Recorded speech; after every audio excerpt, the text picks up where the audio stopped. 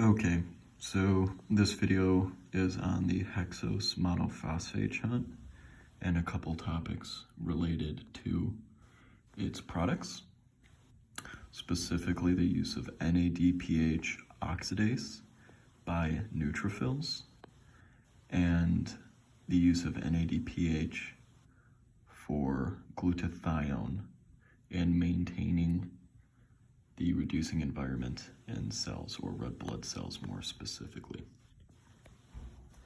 All right, so why is it called the HMP shunt? Apparently because it involves some reactions of the glycolytic pathways, and so it's viewed as a shunt of glycolysis. It's a secondary pathway for carb metabolism, and it has an oxidative, non-reversible, and non-oxidative reversible arm. Important note, it utilizes transketolase, which needs vitamin B1 or thiamine.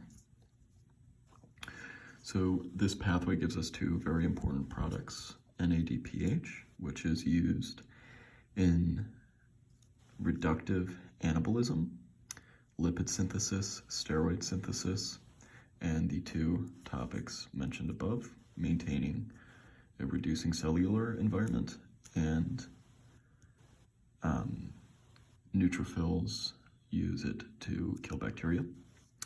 And the other product is ribose, which we use to make nucleic acids. Okay. So the shunt occurs in the cytosol. It starts using glucose 6-phosphate, and this first enzyme is maybe the most important step: glucose 6-phosphate dehydrogenase. So glucose 6-phosphate dehydrogenase initializes the reaction. It is allosterically controlled. Here, I'll draw a little.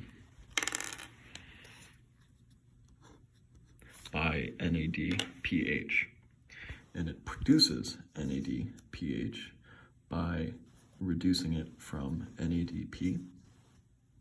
So the first two steps create NADPH, and you can kind of go down this arm if you need a lot of NADPH, or if you need ribose, you can shunt to the ribose 5-phosphate end product, or you can utilize both, doing the oxidative steps of NADPH synthesis and then going from ribulose 5-phosphate to ribose 5-phosphate.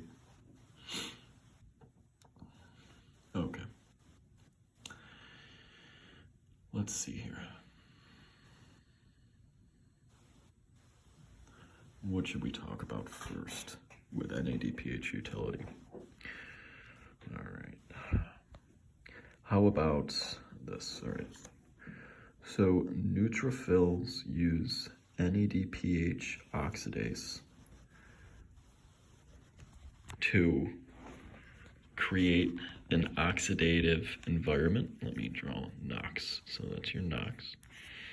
NADPH oxidase, which converts oxygen to that free radical oxygen, which makes hydrogen peroxide and other highly charged products that kill bacteria. And then the neutrophil will swallow it, phagocytose it. Let's refocus the camera here. This is called the respiratory burst. So people with CGD, it's a CGD, chronic granulomatous disease, have defective NOx. And an important clinical note here is they will have tissue hypercalcemia, like calcified nodules all over their body.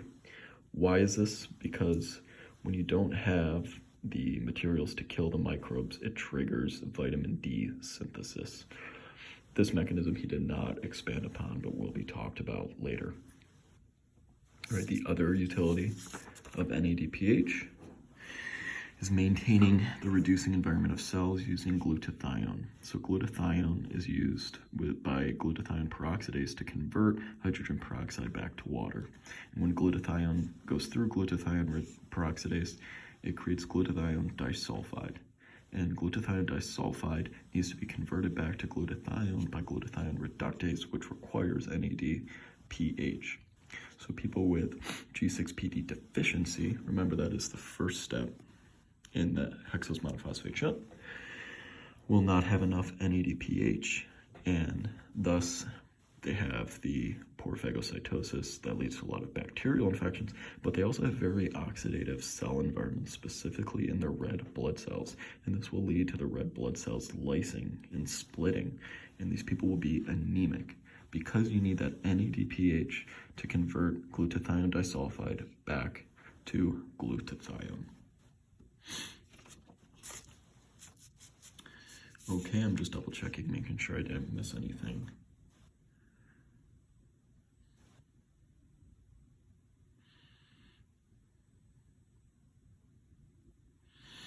I think that's it.